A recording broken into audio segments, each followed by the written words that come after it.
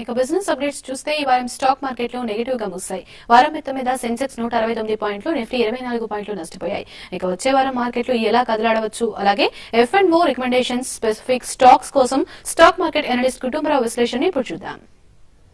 వచ్చే వారం మాత్రం మార్కెట్ని ప్రభావితం చేసే అంశాలు మేజర్గా ఏమీ లేవు. అయితే ఇయర్ ఎండ్ ఫ్యాక్టర్ తోటి అనమాట FIIs NAV ప్రాపప్ చేసే పాసిబిలిటీ ఉంటుందని చెప్పేసి అనుకుంటున్నాం. మేజర్ ఫండ్స్లో ఇండెక్స్ టెక్నికల్స్ చూస్తూ ఉంటే కనుక 80 to 100 క్రూషియల్ లెవెల్గా నెలకొంటోంది నిఫ్టీకి అనమాట. అయితే 8150 కింద 2 క్లోజింగ్స్ కంటే ఎక్కువ వస్తే కనుక డెఫినెట్లీ మీడియం టర్మ్ ట్రెండ్ అనమాట ఒకసారి రివర్స్ అయ్యే పాసిబిలిటీ ఉంది.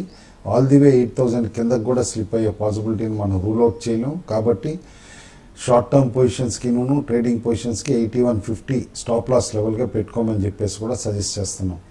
On up side every 60 points అనమాట నిఫ్టీకి స్ట్రాంగ్ రెసిస్టెన్స్ ఉంటుంది. 8300 లెవెల్ విత్ వాల్యూమ్స్ తిరిగి క్రాస్ అయ్యి నిలబడగలిగితేనే మార్కెట్లో ఫ్రెష్ బయింగ్ ఇనిషియేట్ చేయొచ్చు. అదర్వైజ్ ట్రేడింగ్ పొజిషన్స్ తప్పితే ఇన్వెస్ట్మెంట్ పొజిషన్స్కి కొద్దిగా వెయిట్ చేయమంటాను కొత్త సంవత్సరం వరకు.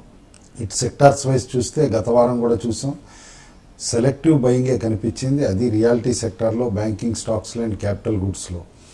అదర్వైజ్ బై అండ్ లార్జ్ అనమాట చాలా సెక్టార్స్ మార్జినల్ లాసెస్ తోటి వీకెన్ అవటం చూసాం. ఎందుకంటే ఇంపాక్ట్ కూడా క్లియర్లీ కనిపిస్తుంది గ్లోబల్ క్యూస్ అనమాట.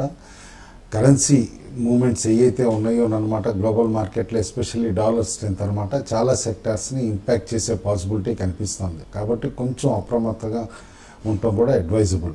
సెలెక్టివ్ స్టాక్స్ అనమాట కొన్ని బై ఆన్ డిక్లైన్ సజెస్ట్ చేస్తున్నాం. Andhra bank, Allahabad bank, PNB, BOB, M&M, BHEL, ONGC, UltraTech cement, NTPC, JSPL.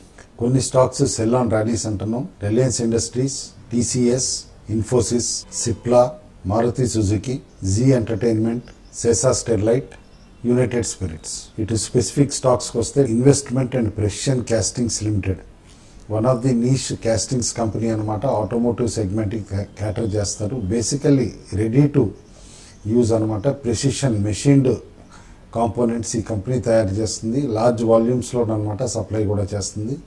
Technical collaboration అనమాట ఆర్వుడ్ ఇంటర్నేషనల్ US తోటి ఉంది. అసోసియేటెడ్ ఫౌండరీస్ జపాన్ కంపెనీ తోటి కూడా ఈ కంపెనీకి అసోసియేషన్ ఉందన్నమాట.